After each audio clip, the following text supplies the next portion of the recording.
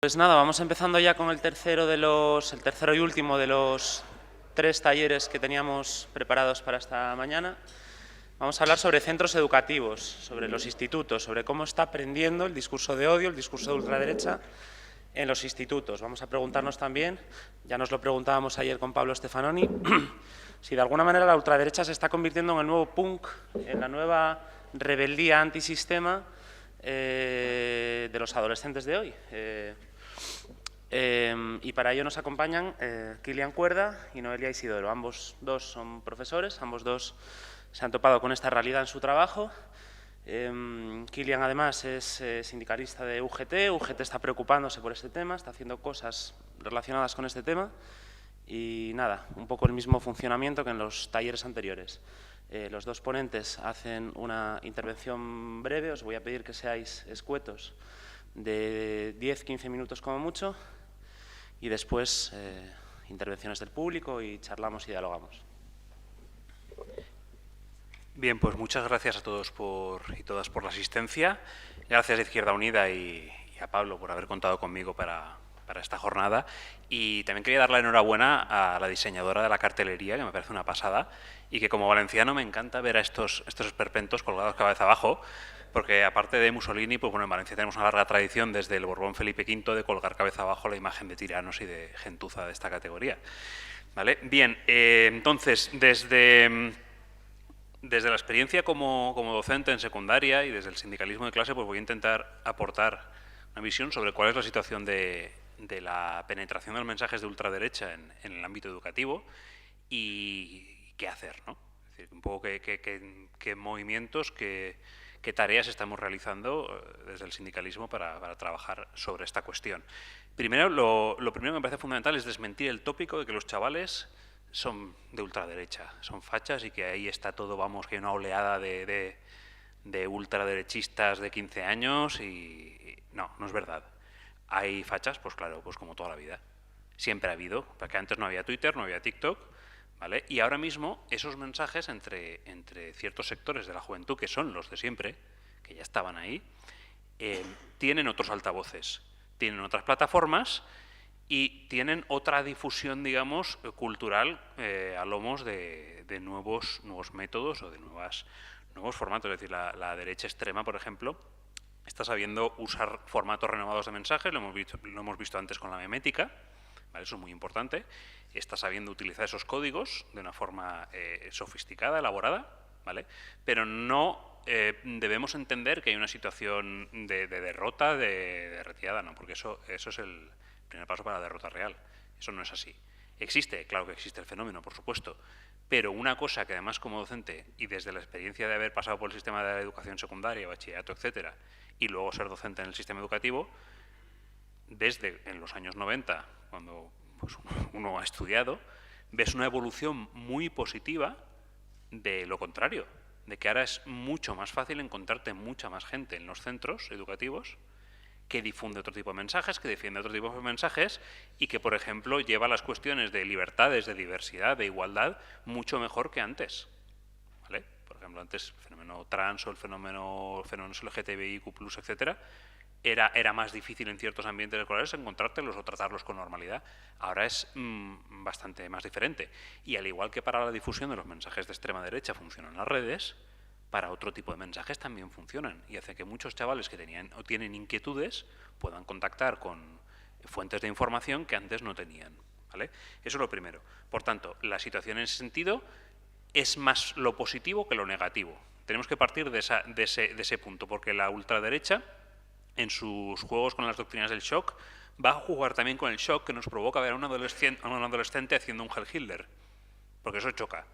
Ver a un chaval joven, moderno, tal, de repente, dando un mensaje, una imagen de fascismo puro, te choca los esquemas. Dices, ¿qué haces, chiquillo? Entonces, claro, eso te pone en shock. Pero no, superemos el shock y veamos que hay más materia prima positiva con la que trabajar que negativa. Eso es lo primero. Lo segundo, los institutos, los centros educativos no son ajenos a la realidad social que nos rodea. Se penetra y se refleja de la misma manera que cualquier otro ámbito de nuestra sociedad. Entonces, en una sociedad en la que tienes un crecimiento de la ultraderecha, en la que tienes una proyección pública visible de la ultraderecha que antes no tenías, ahora tienes 52 diputados de extremistas en el Parlamento, ¿vale? Pues evidentemente eso tiene un impacto, tiene un reflejo. No es impermeable el mundo educativo al mundo político, social, económico, cultural que lo rodea. De hecho, en ese sentido, tengamos en cuenta que la educación, por la importancia estructural que tiene nuestra sociedad, es un objetivo estratégico de la derecha extrema, no lo olvidemos. Porque la educación, no en un sentido partidista, es profundamente política, en el sentido de que valores, ideología, etcétera, solo con la selección de contenidos que haces en una materia, ya estás hablando de ideología, de valores, de política en sentidos, digamos, amplios. No quiero decir en un sentido de propaganda partidista, por supuesto. ¿Vale? Entonces, eso la ultraderecha lo sabe. En un Estado-nación liberal como el nuestro, el sistema educativo sirve para la reproducción de las estructuras del Estado y para la reproducción de la sociedad entera, del sistema social. Prácticamente en toda sociedad, pero en la nuestra, que es esta, funciona en una gran medida a niveles estructurales para eso. Y la ultraderecha sabe, por tanto, que es un campo de batalla por las hegemonías culturales importante. Ahí, por ejemplo, hay un ejemplo que quiero dar, que es que, no sé si visteis hace un tiempo, el intento de censura, de agresión, digamos, en sentido, que hizo el colectivo este de los abogados cristianos denunciando, intentando censurar unos libros LGTBI y feministas en el País Valencià. Pues sabían perfectamente que no iban a ir a ningún sitio, era una acción absurda, jurídicamente hablando, pero políticamente no, porque eso les permitía lanzar un globo sonda de a ver hasta dónde podían estirar la cuerda, y en segundo lugar les permitía poner encima de la mesa que era legítimo hacer eso, que era legítimo atacar esos elementos en la educación, que era legítimo intentar quitarlos de en medio. Ponían ese debate y esa estrategia suya encima de la mesa. Entonces, eso lo tienen muy claro, ¿vale? Entonces, tengamos eso en cuenta. Y tengamos también en cuenta que en el sistema educativo, tanto desde los centros como desde las autoridades educativas y demás, se suele trabajar todos los temas de diversidad, libertades, igualdad, feminismo, etcétera. Muchas veces se hacen talleres, se hacen cosas, se hacen muchas iniciativas, pero luego dices, vale, bien, se hace todo eso, muy bien, y hay muchos chavales concienciados, vale, muy bien. Entonces, ¿por qué sigue habiendo y te sigues encontrando fenómenos de radicalización? Si hemos hecho el 8M, hemos hecho el taller, el 25N también, el Día contra el Racismo hemos traído aquí al no sé qué colectivo racializado que les ha dado una charla a los chavales, y luego cuando se han ido nos ha venido aquel con, es que los menas no sé qué. ¿Qué está pasando? ¿Por qué sigue habiendo eso? Y luego es que me han pintado una esvástica en la pizarra. Y dice, vale, pues ahí están pasando cosas que funcionan a nivel cotidiano y estructural, y muchas veces a nivel institucional y desde la autoridad docente se les intenta dar una respuesta puntual. El taller de no sé qué, el taller de no sé cuántos. Y que muchas veces una respuesta vertical desde la autoridad. Y ya sabéis, ACAP, los chavales, para ellos eres el poli, ACAP. Entonces, ¿cómo respondes a eso? Pues respondes con un trabajo que, no negando esa tarea de que al final tú eres la autoridad y que tienes que dejar claro cuáles son los mensajes que hay que hacer ahí, y que esos talleres se tienen que seguir haciendo y que las efemérides de conmemoraciones están muy bien, ¿vale? Y hay que hacerlo.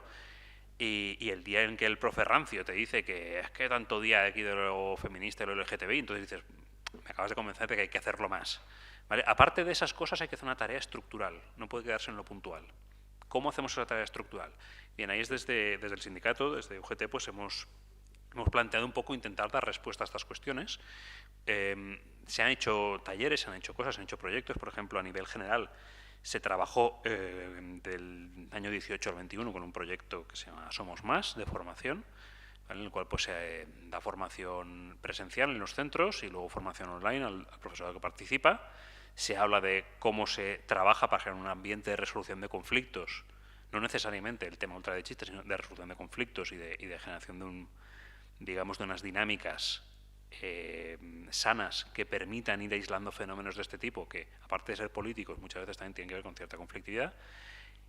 Y de la experiencia de ese proyecto hemos trasladado ahora al País Valenciano una experiencia piloto específica de formación siguiendo esas mismas pautas, que ahora detallaré un poquito, ¿vale? A raíz de un hecho que se produjo el curso pasado, no sé si llegasteis a conocerlo, que hubo una agresión colectiva masiva en el patio a un docente por ser homosexual, por parte de un grupo amplio quiero decir a lo mejor entre 50 y 100 chavales, ¿vale? De los cuales no estaban los 50 o los 100 agrediendo al docente por ser gay, pero sí que estaban todos mirando y participando de alguna forma, ¿vale? El que mira y no interviene es parte de la agresión.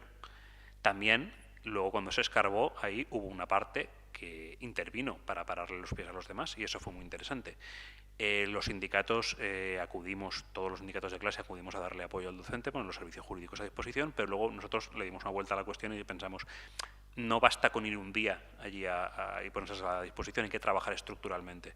Entonces, a raíz de eso, pusimos en marcha una experiencia piloto de formación del profesorado, partiendo del equipo de igualdad y convivencia de este centro, donde se había producido esta cuestión, y de representantes de estos equipos de otros centros que también o tenían estas problemáticas o tenían, digamos, personal concienciado con la cuestión.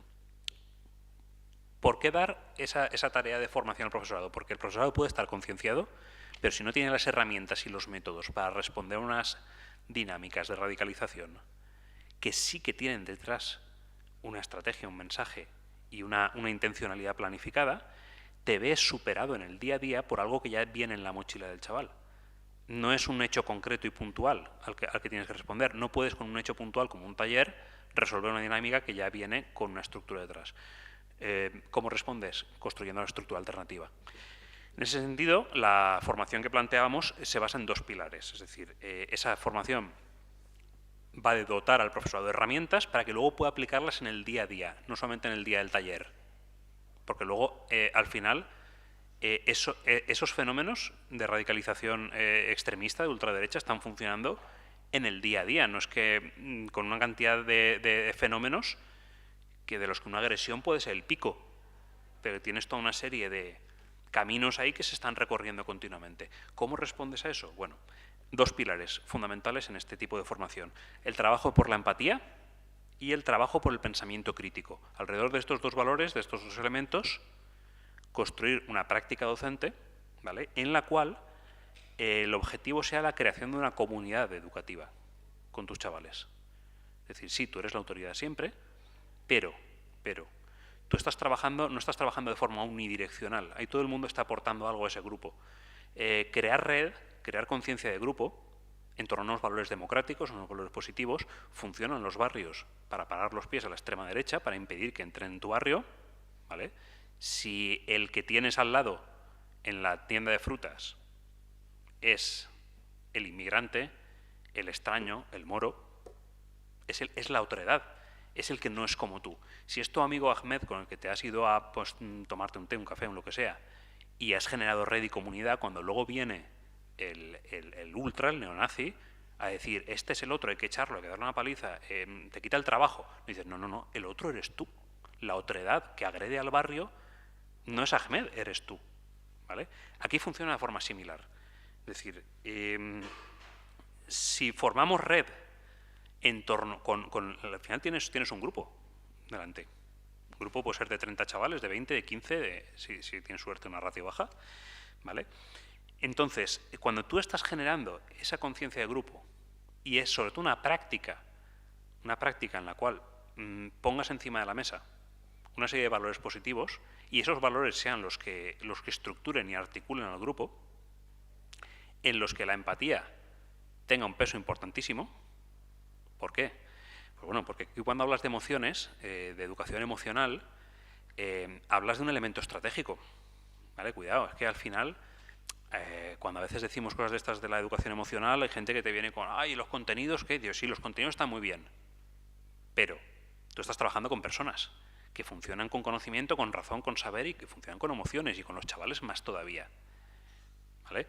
Entonces, ¿qué pasa? Que si tú, en esa tarea de articular, estructurar comunidad en torno a los valores de libertades y de igualdad con tu alumnado, trabajas con esas emociones, de manera que las voces de ese alumnado, uno a uno, y las emociones de ese alumnado, que todos, incluso el que está radicalizado y hace un comentario racista, ese chaval también en algún momento ha sufrido algún tipo de discriminación, de abuso, de acoso, lo que sea, todos. Todos han sufrido algún problema en algún momento. Si se genera una tendencia, una línea, ¿cómo os diría yo?, una práctica docente cotidiana en la cual esas voces y esas emociones sean elemento de autoridad, ahí también, porque ya no es el profe que es el que está por encima, sino es tú igual el que está diciendo, pues mira, a mí una vez me pasó esto. Y el otro, pues a mí una vez se metieron conmigo porque era gordo o porque era muy flaco, alto, lo que sea.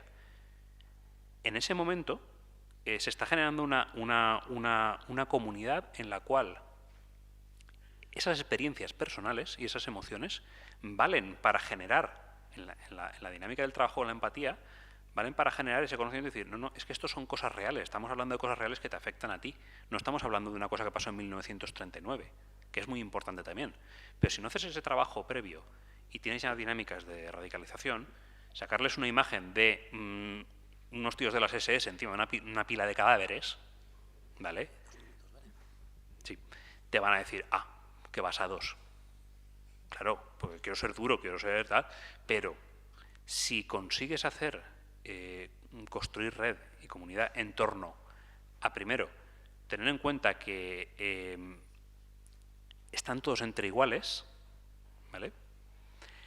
Eso va a generar en un momento dado que si se da una dinámica de discriminación, de discursos de odio, de discriminación, de intolerancia, entre iguales es la comunidad mayoritaria de alumnos que va a decir, no, espera, tú no eres el rebelde contra el profe, tú eres el que está agrediendo aquí a todos con ese discurso, tú eres el que agrede a nuestro amigo fulano, mengano, tal, no el que se rebela contra esa autoridad del profe que nos viene aquí con discursos progres y wokes. No, es que lo que tú haces hace un daño real a las personas reales que formamos parte de este grupo. Y el pensamiento crítico es muy importante, es tarea en métodos de pensamiento crítico para aprender a identificar esas cosas.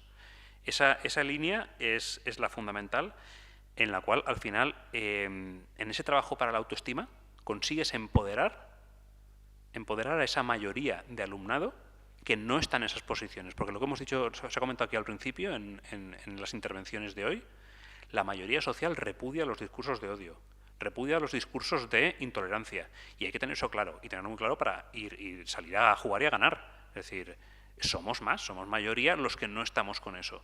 Cuando impides que tome la voz de liderazgo quien quiere hacer un discurso de discriminación y de odio, y das voz a toda la colectividad, a todo el grupo, que realmente está en posiciones, vamos a decir, normales, de respeto por la dignidad humana, por los derechos humanos, de respeto por sus compañeros, ahí es cuando generas una barrera a la difusión de esos fenómenos y generas un motor para que de repente ya no sean espectadores pasivos del proceso de educación, sino que sean protagonistas activos de la construcción de una educación para la emancipación, que es lo que desde una posición progresista opino que debemos desarrollar.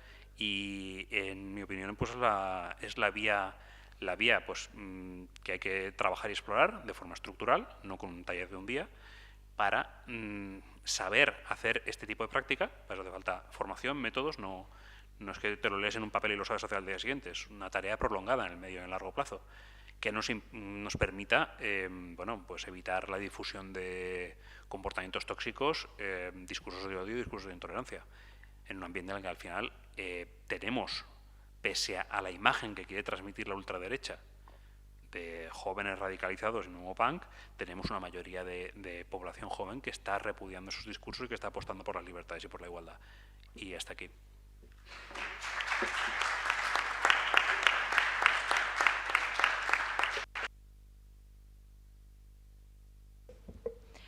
Bueno, buenos días y muchísimas gracias por habernos invitado.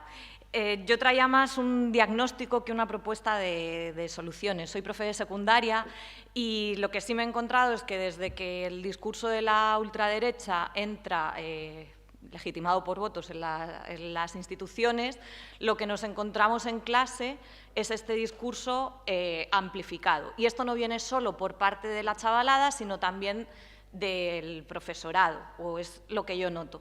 Y creo que es el resultado de que tenemos una escuela que ojalá se pareciera a lo que se aspiraba en la Segunda República, pero es la escuela de la transición, de una cultura del consenso y como de una falsa equidistancia. ¿A qué me refiero con esto? Mi percepción, y creo que se puede compartir, es que hace unos años, tanto como alumna de los 90 como profe de los 2000, había participado en jornadas que no se debían a un día, sino que se iban tramando o tejiendo durante todo el curso y salían se ponían en el escaparate un día, el 8M o el 14 de abril o cuando tocara. Pero desde hace 5 años acá esto está resultando cada vez más difícil porque no todo el profesorado cree en esta cultura crítica y necesaria, sino que hay mucho profesorado que se ha venido tapando y que ahora, bajo esa legitimación de la equidistancia, pues está saliendo a flote. Entonces, estos que hablaba Kilian, que cuestionaban, oye, ¿y por qué celebráis? Vale ya de estos actitos, ¿no? Todos los días y no sé qué, no es solo que lo digan el día del acto, es que lo dicen en los claustros y lo están diciendo en sus clases. Y están dando voz pues a discursos pues, que en su caso todavía no rozan el odio, pero sí que les van dando sitio. Entonces, como que antes se tapaban. Y también nos estamos encontrando con que parece que dar conocimiento es dar la batalla. Me refiero a que el discurso de la ultraderecha está calando no solo en ideas, sino en algo muy peligroso, que es la autocensura. Entonces, hay compañeras y compañeros que dicen, yo en mi clase mejor este tema no lo meto, porque a ver si me van a decir algo. O yo en mi clase se me ocurre que voy a hacer debates entre hay que tener este derecho al aborto o no, y entonces equiparo. Y claro, la ultraderecha tiene muchas maneras de calar. Si yo equiparo 2 derechos que no lo son, uno no es un derecho, estoy siendo muy tramposa. Y como docente no lo puedo hacer, porque el conocimiento no puede ser mentiroso, pero ahí sí que está pasando, y esto está pasando de manera cotidiana, y está pasando mucho la autocensura. Pongo ejemplos. El año pasado, a final de curso, cuarto de la ESO, yo soy profe de élite, les vengo dando lengua y literatura todo el año, ya te he contado que es que Machado no es que muera en Francia porque está de vacaciones ni nada de esto, y así, muchos ejemplos de estos durante todo el curso. Ya, pues me llega, tengo que explicar la cultura del destape, qué pasa con el teatro después de los 80 y no conocen a Pajares y Esteso. Entonces les digo, bueno, lo voy a buscar en YouTube. Y según lo voy a buscar, pienso, y lo pienso en alto y les digo, jo, espera, que lo mismo no tenéis, y esto es para mayores de 18, a ver si me voy a buscar aquí algún problema ya a finales de mayo, y dice un chaval, tranquila, profe, que esto no es adoctrinar. Claro, es mayo, llevo 9 meses con ellos. O sea, yo no te he adoctrinado en todo el curso. Yo te he dicho cómo fueron las cosas y, claro, yo no puedo enseñar el complemento directo, sí, pero literatura sin historia no lo puedo enseñar, es ser una mentirosa. Entonces, eso te hace pensar, es que llevan 9 meses pensando la de lengua nos adoctrina. Y eso es muy peligroso, porque tienen 16 años, todavía no votan, pero a lo mejor sí que van de manifestación y dentro de 2 años también votan. Creo que es algo que la izquierda muchas veces no se plantea y funciona a veces como una agencia de publicidad en el sentido de quien consume tiene anuncios y a quien no consume no se los destino, pasa mucho con la adolescencia. No me ocupo de ella hasta que no cumple los 18 años y va a las urnas, pero mientras tanto está ahí. Tenemos, por un lado, recopilo, autocensura del profesorado y, por otro lado, una chavalada que ha crecido entre 2 crisis, más o menos en torno a la del 2008, y ha visto sus consecuencias, y ha crecido también en torno a la pandemia que nos ha atravesado. Entre medias, si son más mayores, quizá tengan algún eco de los movimientos del 2015, y pues ganar Móstoles, ganar Fuenlabrada, ganar lo que sea. Y al final han visto que la realidad es que en sus casas sus padres cada vez ganan menos, y el padre, como antes decía Kilian, ¿no? El profe es la autoridad, el padre y la madre también de un adolescente. Esto no es nuevo, esto ha pasado toda la vida.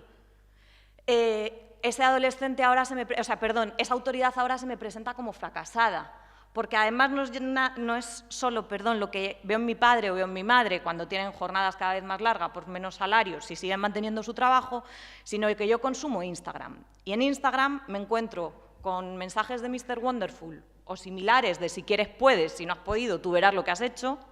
Y además me encuentro con todos los criptobros, las criptomonedas, la cultura emprendedora y la falsa cultura del esfuerzo.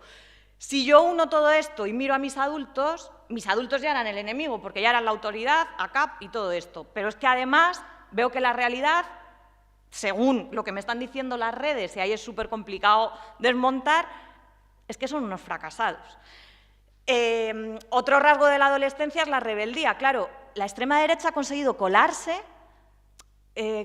también con la falacia esta de somos lo políticamente incorrecto, somos la irreverencia. Entonces esto claro que les seduce, Porque claro que cuando tienes 15, 16 años quieres ir contra la autoridad. Lo que pasa es que estos nos están ganando también la batalla por ese lado de es que lo irreverente es ser un facha.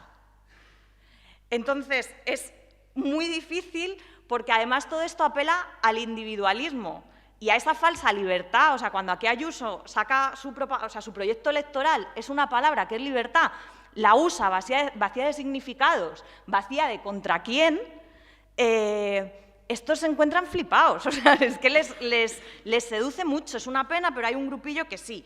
Van ganando en las redes, pongo 2 o 3 ejemplos. El año pasado me abro una cuenta para una actividad también de literatura con esta misma clase de cuarto de la ESO, que os aseguro que tenía más alumnos democráticos que fachas, porque la realidad también es lo que dice Kilian. Hacen mucho ruido, pero afortunadamente no son la mayoría.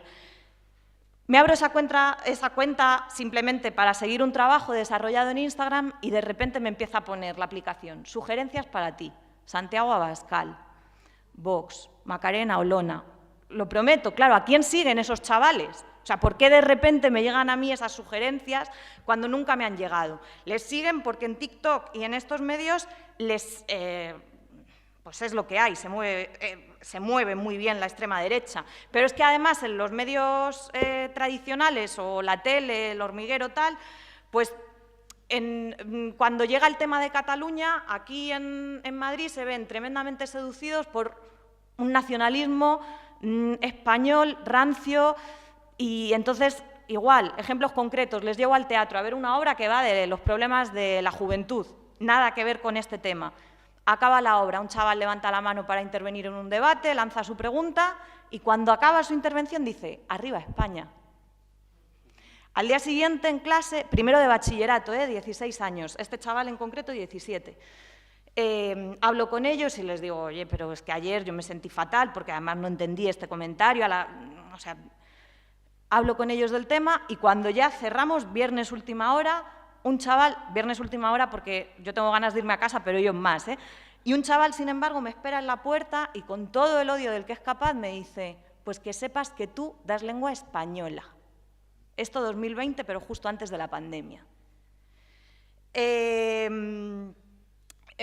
Pocos días después me llevo a los de segundo de bachillerato también de excursión y en el autobús, bueno, esto había sido antes, perdón, porque había sido cuando el Valle de los Caídos, cuando haciéndose stories, 2 chavalas majísimas, el Valle no se toca.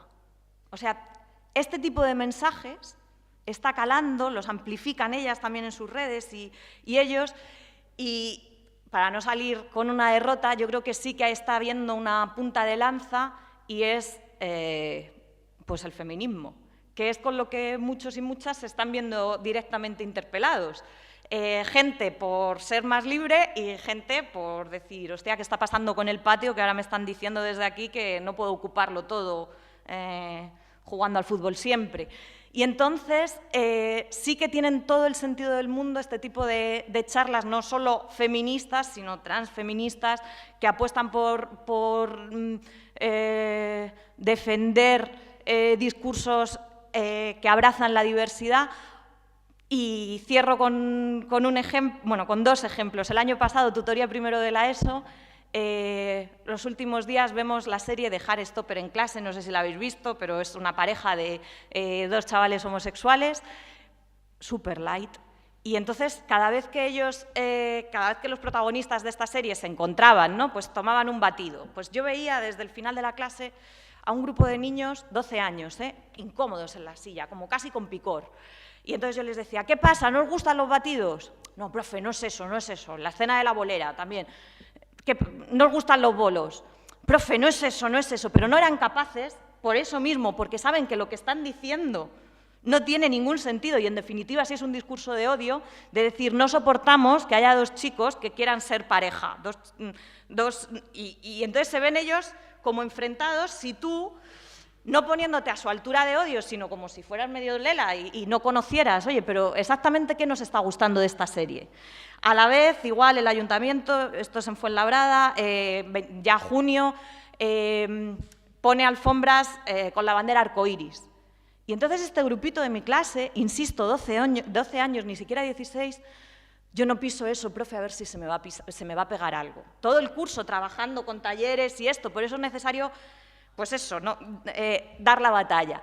Y porque luego entiendo que algo queda. Y cierro ya con esto sí, la sobrina de un amigo mío en Santander, en clase, el año pasado, Robert, que es mi amigo, obrero mono azul, ¿vale? Le dice, Ari, pero ¿de verdad en tu clase hay tanto fascista? Y entonces ella, segundo de la ESO, ya 14 años, le dice, sí, sí hay, pero ellos son 7 y nosotras somos más LGTBIQ+.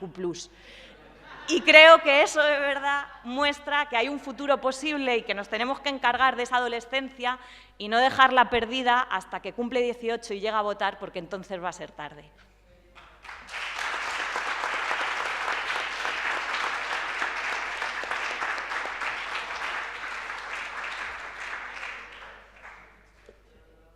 Pues nada, iniciamos el turno de intervenciones, de preguntas. Reunimos 3 y se las planteamos a los 2 ponentes. Y después, si hay tiempo, hacemos otro turno.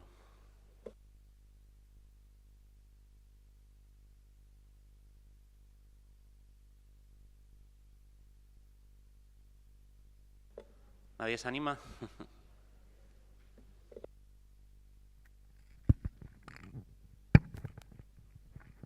Hola, muchas gracias por vuestra intervención. Yo también soy profe y me estaba intentando hilar todo lo que hemos estado viendo en estas jornadas con lo que comentabais ahora, ¿no? Por un lado me preguntaba, que es una pregunta un poco tonta, si tenéis publicado todo este trabajo que habéis hecho UGT para echarle un vistazo. Y por otro lado me preguntaba, vosotros en vuestra, porque yo también me he visto en situaciones de estas, ¿cómo lo afrontáis, ¿no? Porque por un lado siento que hay como ciertas líneas rojas que, pues eso, encontrarte una esvástica en la pizarra, que es como una oportunidad para hablar, para debatir y demás. Por otro lado, es un momento de marcar un límite claro de qué está permitido y qué no está permitido en una clase o en un centro educativo, pero a la vez eso, no perder la oportunidad de apelar a estas personas que normalmente no tenemos acceso, ¿no? Porque cuando estaba escuchando otras intervenciones anteriores decía, vale, pero ¿cuántos momentos reales tengo yo de interactuar con personas que sean de extrema derecha? Y yo digo, bueno, tengo mi profesión, porque en mi vida normal tengo la suerte de no tener muchos a mi alrededor, pero a la vez pierdo la oportunidad de poder hacerlo, ¿no? Entonces quería preguntaros a vosotros cómo habéis vivido eso y cómo lo interpretáis esas situaciones y desde dónde intervenís. Bien, a ver si tenemos publicada... perdón.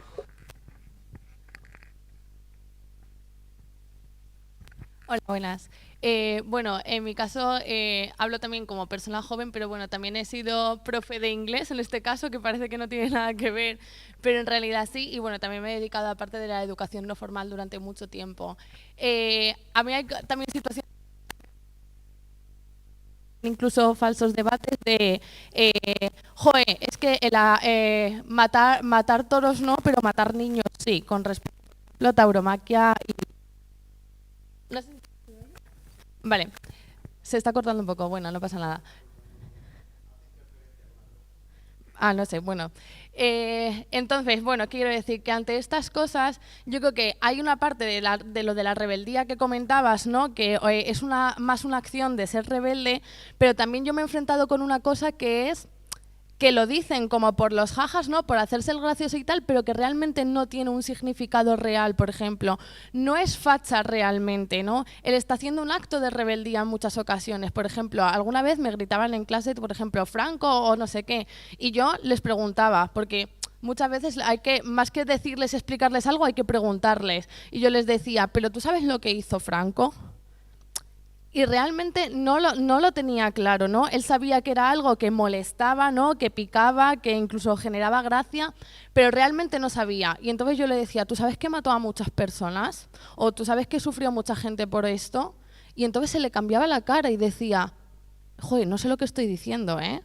A ese niño, ese día que yo le hice 2 preguntas, no le dije nada más, solo le pregunté, se dijo, no sé lo que estoy diciendo. Entonces yo creo que ahí algo importante que tenemos que hacer, ¿no?, es llenar de significado, porque lo que pasa es que la extrema derecha lo que hace es, ante esta rebeldía, ¿no?, que todavía no tiene un significado, digamos, contundente, sí que lo rellena, ¿no?, y lo rellena a través de las redes y tal, y eso es lo que hace bien. Entonces tenemos que empezar a ver cómo rellenamos esos huecos. Súper a favor de que no podemos dejar a la infancia y a la juventud ahí como hasta que cumpla los 18. De ahí que también, por ejemplo, una de las reivindicaciones sea, ¿no?, que el voto pase a los 16, ¿no?, para que también sean un público objetivo al que ir. Y que, bueno, creo que tenemos que obviamente enfocarnos en esa parte de la juventud sin duda y, bueno, pues formarla, sensibilizarla, concienciarla, ¿no? Pero eso, y también hacerlos un poco actores partícipes, que muchas veces lo que pasa, y la desafección política también pasa porque no se sienten escuchados. Y al final ahí también se está colando la extrema derecha, ¿no? Son capaces de ver qué demandas tienen. Si vemos un poco el discurso de Vox que dirige hacia los jóvenes, nos damos cuenta de que se está centrando en trabajo, en educación, no sé qué, ¿no? Y al final es como, joder, es que está atendiendo, les dice 4 mensajes clave que repite continuamente. Si veis las intervenciones de, por ejemplo, Santiago Abascal dirigidas a jóvenes, son todo el rato 5 temáticas concretas. Entonces, al final focaliza súper bien el mensaje y apela a algo muy principal. Entonces yo creo que ahí también tenemos como un gran trabajo que hacer, ¿no? Y bueno, pues como sociedad también, pero bueno, también desde la propia educación. Y nada, era un poco así reflexión, no tengo muchas preguntas, pero bueno, muchísimas gracias, me han encantado las intervenciones. Si no hay ninguna más, yo les tiro una. Ayer... Aprovecho ahí, además no tengo síndrome de impostor con esto. Directamente, ¿sabéis si todo lo que habéis comentado tiene también correlato en otros lugares de Europa? Porque ayer sí que la jornada vino muy vinculada a experiencias concretas de cómo, bueno, y cogiendo un poquito lo de Stefanoni, de la rebeldía, se ha vuelto de derechas, y también en las escuelas, en los institutos, en las universidades europeas se está replicándose también este proceso.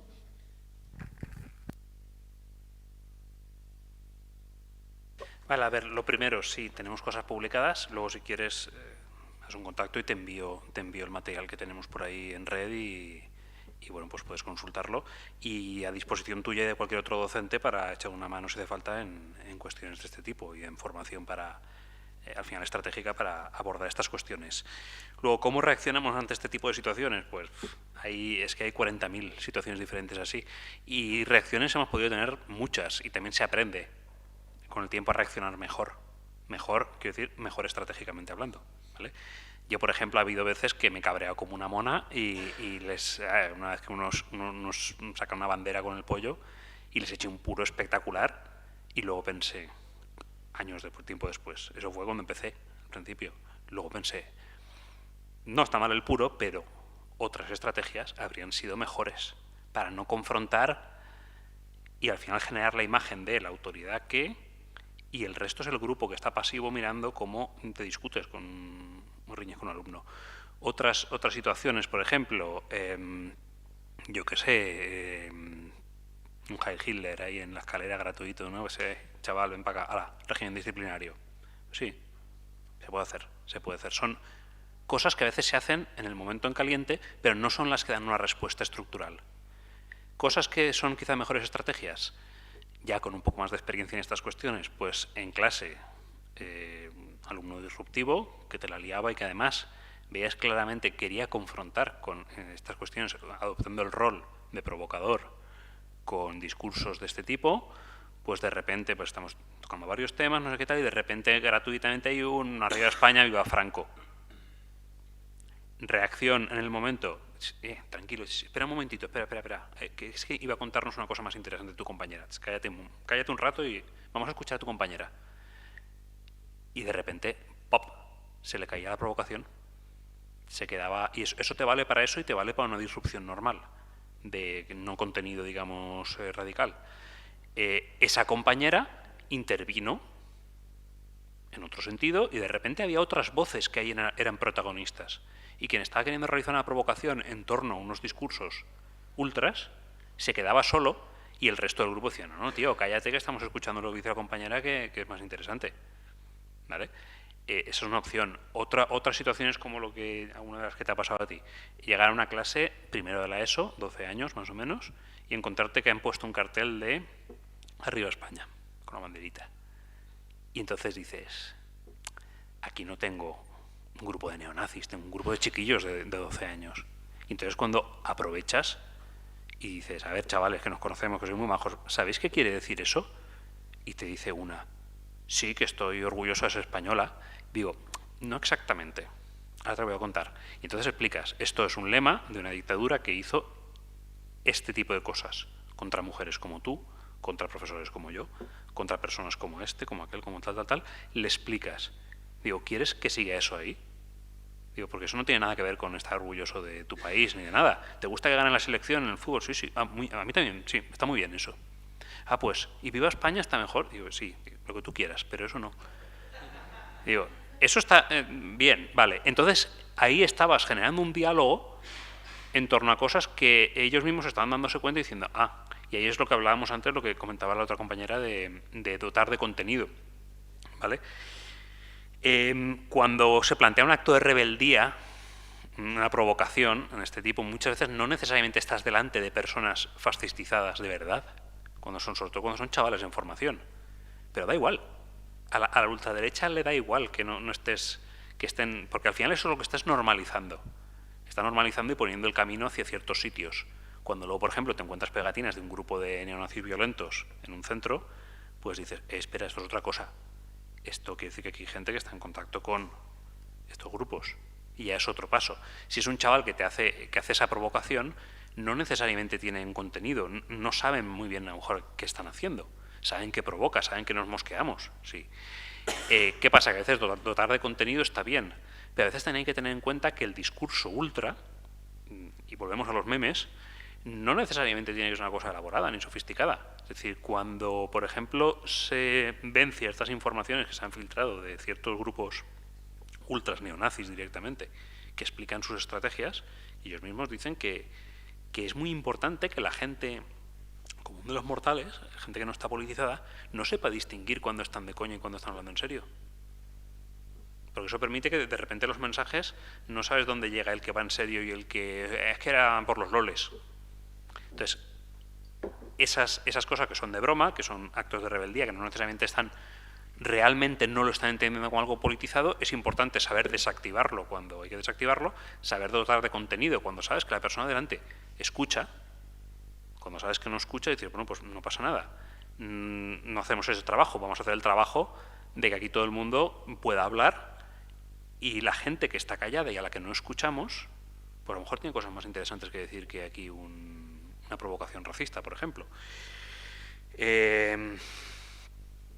Y bueno, y por último, si todo esto tiene correlato en otros lugares de Europa, pues probablemente sí. Por ejemplo, estuve viendo hace poco que el sindicato nacional, el principal sindicato nacional de educación en Gran Bretaña, una de sus líneas de intervención fuertes es el tema de la lucha contra el racismo en los centros. No, porque ya además, no solamente para el alumnado, sino para el profesorado también. ¿Cómo se desarrolla esto en estos lugares de Europa? Pues hay que explorarlo un poco más, desde luego. Pero todas estas dinámicas, las dinámicas de radicalización de ultraderecha en Europa y a nivel global, están interconectadas entre sí. La respuesta también tiene que funcionar en estas vías. ¿Vale? He dado el ejemplo británico, pero bueno, más ejemplos en más sitios. Por ejemplo, en Grecia, en la derrota de Amanecer Dorado, que ha sido derrotado y específicamente en Creta, es donde no se les dejó ni siquiera entrar, ¿vale? También puntualizar que Amanecer Dorado no es Vox, Amanecer Dorado es un grupo neonazi criminal abiertamente con milicias armadas en la calle matando gente, ¿vale? Pero suponía un peligro bastante grave. En la estrategia que se siguió, por ejemplo, no ya en términos generales, sino en Creta, que concretamente acabó cerrándoles la entrada, no tuvieron implantación ahí. Uno de los elementos con los que se jugó de manera fuerte fue el trabajo entre sociedad civil y centros educativos. Porque esta gente quería seducir a jóvenes con su discurso y su estética ultra y de grupo, que te reafirma, que te da una seguridad, te da modelos de tío duro y fuerte, y eso pues a lo mejor a ciertos chavales les puede resultar atractivo. Ahí se hizo la tarea de crear comunidad, de construir una red democrática, una red de poner en valor unos valores de igualdad y de libertades, de diversidad y de inclusión, en la cual eso no permitió que entrara, porque era toda la comunidad educativa, tanto alumnado como profesorado como sociedad civil, la que generaba un bloque en el cual no podía entrar eso, porque ahí estaban todas esas voces interviniendo y ocupando ese espacio. En política no existe el vacío. Cuando dejas un espacio vacío te lo ocupan. Ahí se creó ese espacio, ¿vale? Ese espacio democrático que no permitió entrar ahí a estos grupos directamente neonazis. ¿Vale? Es un ejemplo, entre tantos. Creo que es importante compartir buenas prácticas y compartir experiencias, porque al final de todo esto se aprende, ¿no? Todo esto al final no es espontaneidad, hay que dotarse de métodos de trabajo, de estrategia y de táctica. Bueno, es que ha contestado él a casi todo. Yo no sé si está pasando en otros lugares de Europa, así que solo me voy a ceñir a lo de cómo enfrentar estos discursos. Además de todo lo que él ha dicho, yo creo que hay que llegar donde no llegan los temarios, especialmente en la ESO. Entonces, hace 2 días a mí me llegó por WhatsApp una encuesta de memoria histórica. ¿A ti alguna vez te hablaron del expolio que hicieron los fascistas a la población, vaya, todo lo que les quitaron? A mí no me hablaron nunca de eso en clase, pero es que yo sigo viendo los libros de texto y no llegan a eso. Entonces, creo que la labor como docente no es solo...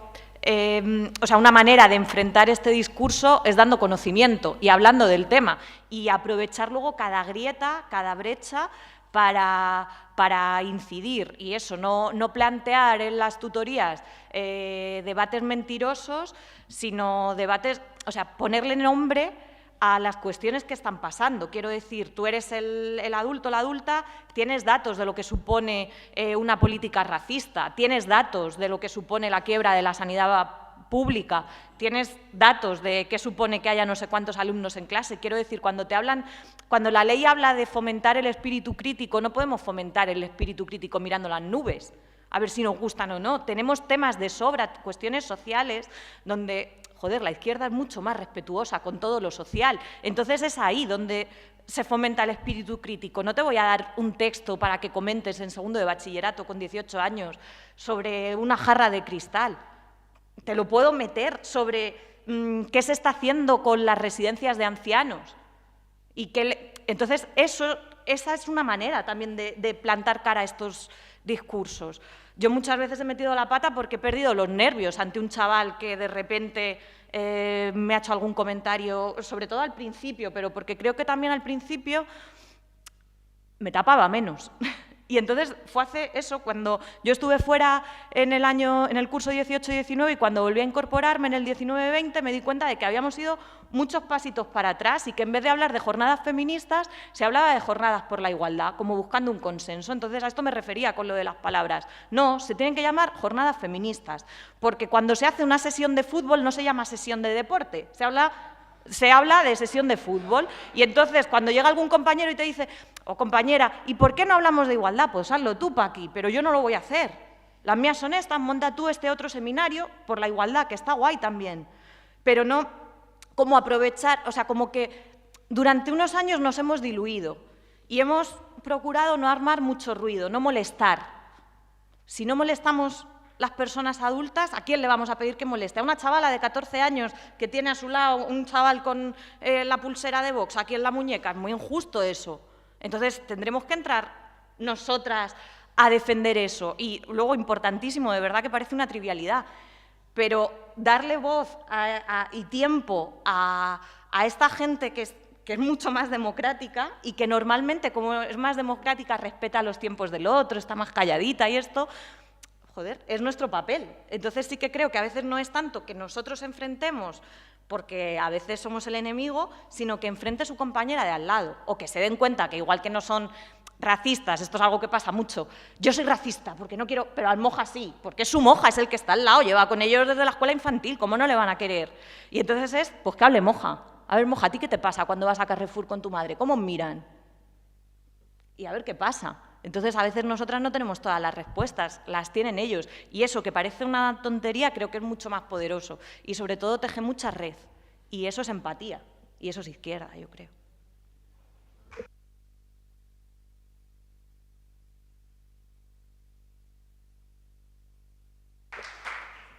Tenemos 10 minutos más todavía. Podemos coger una pregunta si alguien se anima. Adrián.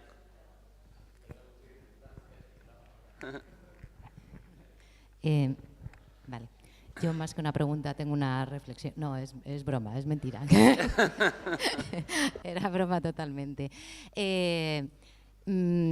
Yo también soy profe, ¿vale? Me está interesando muchísimo todo lo que estáis planteando, pero me está generando todo el rato una duda pequeña que ya me he visto en la obligación de plantear, ¿vale?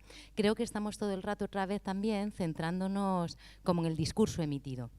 Y creo que hay un problema también con las prácticas de democratización y de igualdad que nosotros llevamos a cabo o en las que estamos insertos o inmersos en los centros educativos, ¿no? En los centros educativos donde este asunto tenía un manejo mucho más fácil, eran centros mucho más democratizados, con prácticas mucho más democratizadoras, ¿no? Y con aspectos de formación mucho más serios. A ver, quiero decir, también soy consciente de que tenemos una carga lectiva que te enteras, ¿vale? Una cantidad de trabajo tremenda. Quiero decir que ahora estoy poniendo el foco no tanto en los chavales como en nuestra capacidad de intervención, ¿no? Pero sí que es verdad que me parece que deberíamos luchar mucho desde dentro por instaurar prácticas mucho más democráticas que también dieran un contexto de ejemplo y de acción por el que no hubiera tantas grietas desde las cuales puedan colarse, ¿no? Y también en relación, claro, quiero decir, lo apuntaba la compañera Noelia muy bien antes, ¿no? Si el problema no lo tengo fundamentalmente con los chavales, sino que lo tengo con determinados compañeros, pues el problema es mucho más grave. Porque al final son ellos los que también van a legitimar la actitud de los chavales, ¿no? Que no es lo mismo que no encuentren un eco, que encuentren un eco de humor, ¿no? Que también es una herramienta súper poderosa en nosotros, que se vean reforzadas o legitimadas desde la propia institución, ¿no? Entonces, yo pregunto si no nos haría falta o sería necesario incidir como docentes en ese punto mucho.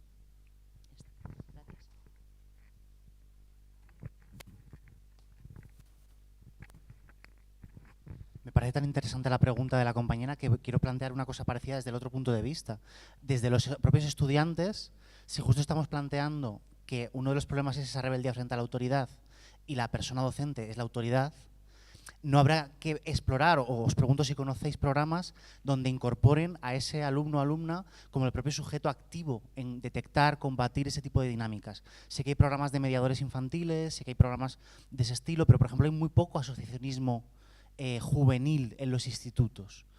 Prácticamente hasta que no se llega a la universidad hay muy poquitos casos. Entonces, si conocéis experiencias concretas que fomenten este propio asociacionismo para que sean las propias personas jóvenes las que se hagan cargo de detectar y neutralizar esos discursos en el aula. Gracias.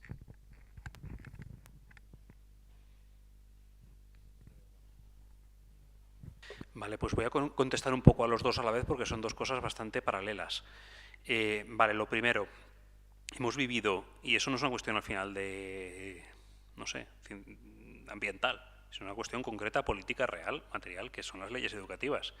Y hemos vivido en el desarrollo de las diferentes, la progresión en los últimos decenios de las diferentes leyes educativas, desde la ley Wert y demás hasta incluso ahora, una degradación de la autoridad democrática del claustro en función de la construcción de unos modelos que concentran mucha más autoridad en las direcciones. ¿Vale? Y eso genera modelos más verticales, más autoritarios, y yo como sindicalista me estoy encontrando pues, con ciertas direcciones de centros que actúan cual patronal. Y te quedas alucinado y dices, oye, que eres un compañero elegido por los demás compañeros.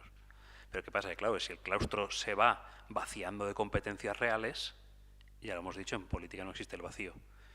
Entonces pasa eso. De hecho, lo utiliza a veces la administración para generar canales de interacción que rompan o pretendan romper la interlocución con el colectivo de los trabajadores, la interlocución de clase, y buscar esa especie de pseudo patronal de ciertas direcciones. ¿Vale? Entonces, claro, eso genera un ambiente en el que se dificultan estas cuestiones que has planteado. ¿Cómo resolverlo? ¿Cómo corregirlo? Pues bueno, tanto aparte de realizar la crítica política a lo que es lo legislativo, Evidentemente, sindicalizarse, somos un colectivo con bajas tasas de sindicalización, yo tengo el mío, pero todo sindicato de clase para mí es compañero, o sea, hay animar a todo docente a sindicalizarse. Y luego las prácticas, más allá de lo estructural de las leyes, sí que tenemos un amplio grado de autonomía para desarrollar un tipo de prácticas u otro. Y ahí hay que incidir mucho en enseñar ese tipo de prácticas, porque lo que muchas veces hace la administración es que nos plantea un aparato espectacular y enorme legislativo de prácticas progresistas, modernas, innovadoras, etcétera, etcétera, etcétera, te deja sin medios, sin formación, sin recursos, con una ratio de 30 chavales, te tira a los leones y te dice, vale, coge una varita mágica y haz magia, innova, haz cosas modernas. Y el docente quemado y sobrepasado se ve ahí acorralado en una situación en la que las cosas a veces no funcionan bien. Eso por un lado. Por otro lado, no somos neutrales, no somos inmaculados ni puros, no salimos de una burbuja, salimos de una sociedad con contradicciones y llevamos todos nuestra carga a la espalda de la sociedad de la que venimos. Y a veces podemos verbalizar unas prácticas democráticas, progresistas, innovadoras, etcétera, con el alumnado, y en nuestra aplicación práctica desarrollar una actitud autoritaria con ellos, incluso inconscientemente. Yo mismo lo he hecho algunas veces. Y luego de repente reflexionas y dices, espera, que esto es, el modelo es así, pero si el desarrollo lo hacemos vertical, a lo mejor nos estamos saltando algunos pasos que son los que realmente haría que funcionara de otra forma, ¿vale? Entonces, claro, esa construcción no se hace un día para otro. En el País Valencià hemos llevado una batalla ahora muy fuerte con el tema de los ámbitos educativos que pretenden, por ejemplo, una participación del alumnado mucho más horizontal, mucho más implicada, mucho más pues colaborativa, cooperativa, y te lo encontrabas impuesto a toque de pito desde la administración, sin medios, sin formación, sin recursos, sin profesorado para darlo. Y claro, al final pues eso te generaba una situación de conflictividad laboral y de degradación de las condiciones de la educación que recibían los chavales. Por tanto, ya las prácticas democráticas, espérate, cuando ya estás en una situación de espiral degradada en la realidad práctica de la docencia.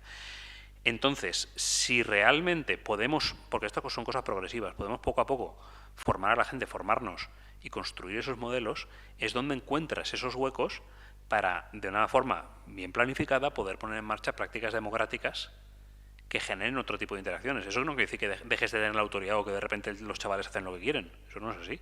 O sea, pero una autoridad democrática es la que ayuda al otro a empoderarse, a descubrir cosas.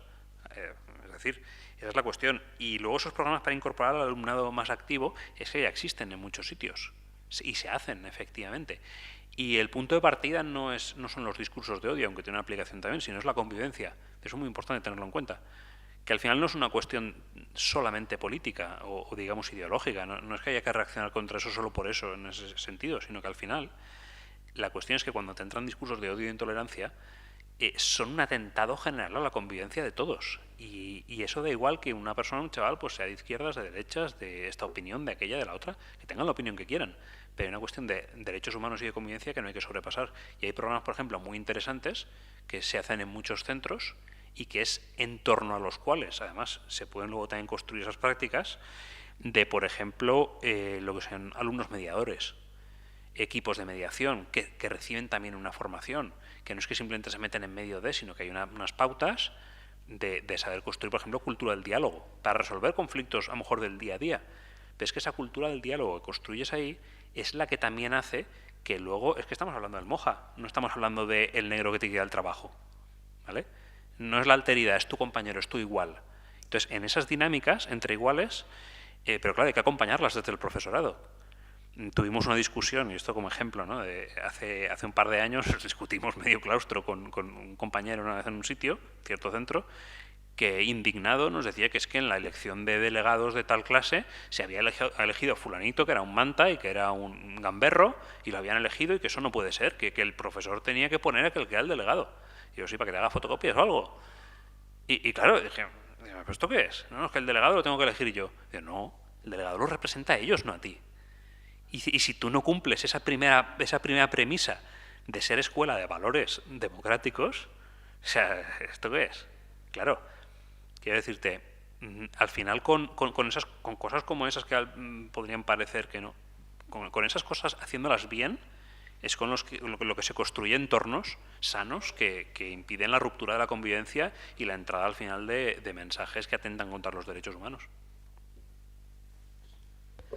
Yo es que hay poco más que añadir, que sí que, o sea, creo que tenemos que reivindicar, igual que reivindicamos menos ratio o leyes que acompañen y más recursos, también que todo este tipo de actividades no sean un además de, sino que sean un en vez de. Yo en todos los centros en los que he estado y ha habido programas de mediadores, somos voluntarias las que nos prestamos a estar con los chavales después de clase y ellos también, porque no está contemplado en su horario tampoco, ojo, que también se alarga su jornada. Entonces, es muy complicado funcionar así, porque cuando te sale bien, subes, pero muchas veces no sale bien. Tampoco tenemos, yo no tengo esa formación.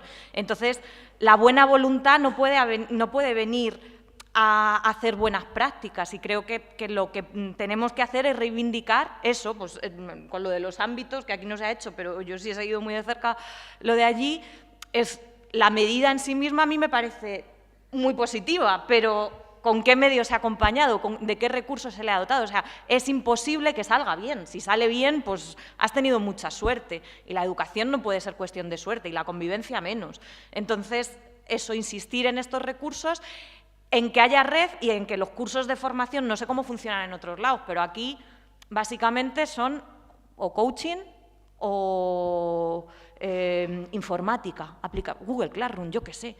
Y entonces lo que necesitamos son más, yo aprendo mucho más de la experiencia que fulanita me cuente, yo he intentado esto en mi clase y mira, no ha salido, o esto en los patios y mira, no ha salido, a, no sé, a manejar las notas por una aplicación del iPad. Entonces, esos son los cursos que necesitamos, pero eso también tiene que ser una demanda cada vez más colectiva. Y ya acabo con lo de los centros educativos, es que a veces parecen empresas. Los claustros se convierten en rendición de cuentas, literalmente. Arreglar las persianas nos ha costado este dinero. Y en la clase de primero B ha habido no sé cuántos suspensos. Ya, y las otras cosas, y el consejo escolar, y lo de las asociaciones de... No están, pero no están porque ni siquiera se les cede un lugar donde estar. Que es muy fuerte, o sea, ¿dónde quieres que se reúnan? ¿En el porche? ¿Por qué? Si hay clases vacías en los recreos, dáselas, pero no se hace.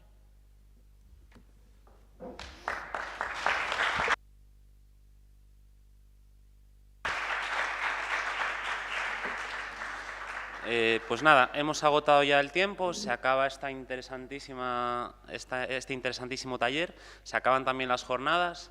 Está mal que yo lo diga, pero creo que han sido unas jornadas espectaculares, con unos ponentes impresionantes, con temas interesantísimos.